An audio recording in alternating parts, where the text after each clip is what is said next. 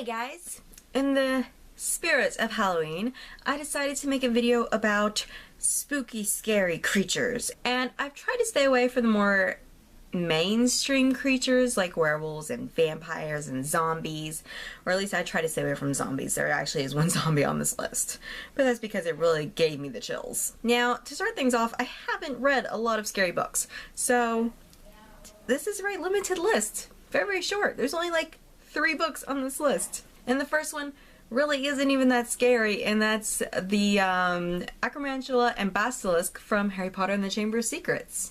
Now, these are just on this list because overall, I hate snakes and I hate spiders. And it's sad that I would rather kill a snake than a spider. I mean, you would think it'd be the opposite since snakes are so fast, but I would much rather deal with them than a spider. It's just no on spiders. I don't know what it is. I don't have acrophobia or anything like that. It's just I do not like spiders. Probably because like all the spiders I see are like in my house and they're about the size of my hand, and I'm not even joking. I live in the middle of the country. In the country is Kentucky, and there are spiders literally the size of my hand here. And it's like, killed one the other day and squished it, and it sounded like bones were breaking inside of it, and it's a very creepy experience. And it's like in the Chamber of Secrets, I don't know what I would do if I actually encountered a spider that was the size of a car. Very, very frightening to think about. And as for the basilisk, oh my goodness, it would be less scary if, which believe me, in the book and the movie, actually, neither of these creatures are very scary. It's just the thought of seeing them in real life and actually having to deal with them. And the basilisk, I have read several accounts of the basilisk in several different texts, and one of them I'm not going to mention because I'm not going to get into religious aspects of things. I'm not going to get into any of that. The basilisk has been proven to be real, or has been theorized to be real in several texts, and that is the scariest thing, that this creature is based off something that actually at one point existed. So it's more of the thought of these creatures existing in real life that frightens me more than the creatures themselves. The other 2 books on this list, 100% when I was reading the books, I got the chills and the goosebumps and the heebie-jeebies, or whatever you want to call them.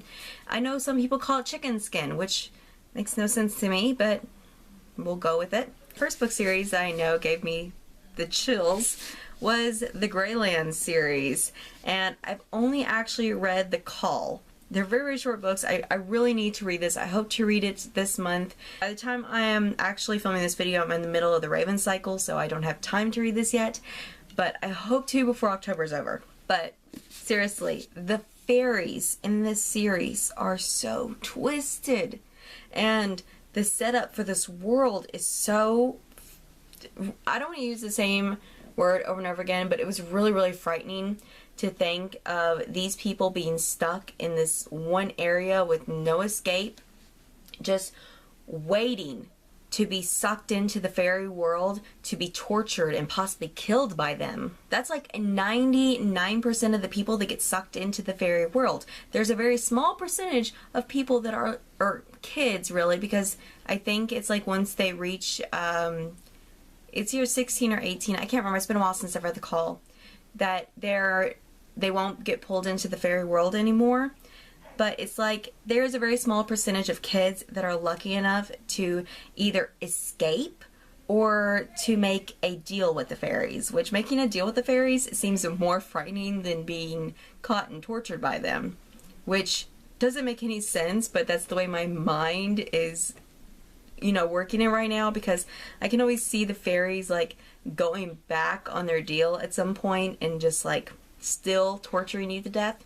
And it's really, really scary what these fairies can do to you, because they can cause you unimaginable pain and just twist your body into shapes and things that you wouldn't even imagine. But if you guys are looking for a series that is about fairies and shows you the darker, more twisted side of them, this is definitely the book series to go with, because these fairies, I mean, once you actually encounter them, it is mentally disturbing in so many senses of the word.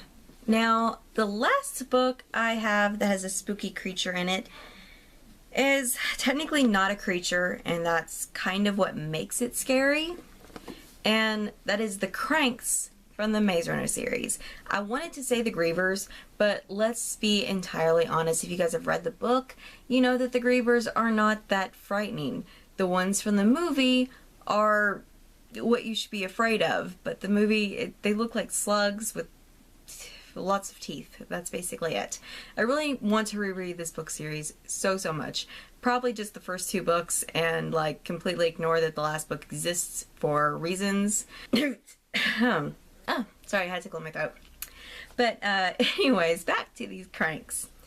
The thing that really scares me about these Cranks is the humanity they have before they become Cranks. Like 100% Cranks. Like I said, I did want to avoid zombies, but can these technically be considered zombies? Because I'm pretty sure their bodies do die off, where in most zombie movies and books, it seems like the zombies never actually die, even though that makes no sense because the body would decay at some point in time.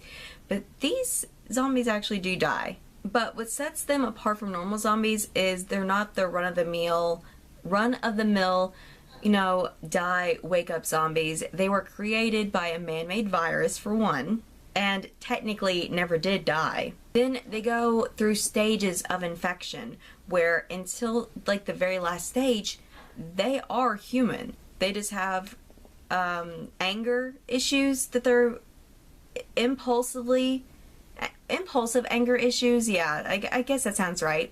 And they're trying to fight it. And then we have some people that are actually immune to this virus, which is not something that I recall ever seeing in a zombie movie or book. Not that I've read a lot of zombie books. And the fact that one of the main characters, one of my most loved characters, has to go through these stages makes it so much more real and scary. And it really drives home the heartbreak that everyone's been feeling when they lose somebody to this, which I guess is what James Asher was trying to do, kind of show us what it felt like so we knew why Wicked was trying to do what they were doing.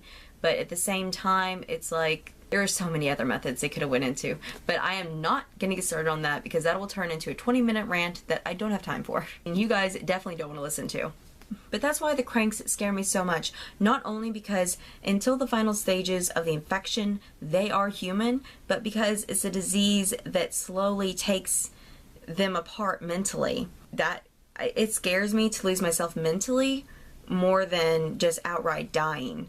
So, I mean, if I was in Newt's position, I would do the same thing. It's just sad that there was never a cure invented for this man-made virus.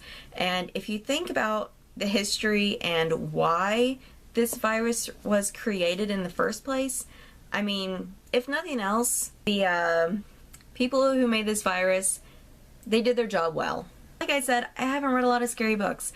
If you guys would like to recommend some scary books to me, feel free to. I am always looking for something that's going to scare the crap out of me, especially during Halloween. If you guys know any books that are a lot like the Cranks, not necessarily zombies, but something that was government created and, I don't know, has more humanity to it than just outright killing everything, I think I would enjoy that more. So if you have any, like, recommendations for something like that, I would very much appreciate it if you leave those in the comments for me. Or if you just have a book or book series that you've read where there's a monster or creature, being, whatever you want to call it, of some kind that like gave you the chills, I would also love to read that. For some reason, I'm really wanting to read a book that's just gonna scare the crap out of me. This is just something that came up recently. I'm not sure what caused it, but I'd be more than happy for your guys' help. Except for clowns, please, nothing with clowns in it. I draw the line at clowns. I hate clowns, no clowns, no. But on that note, thank you guys so much for watching, and I hope you have the spookiest of Halloweens. Bye!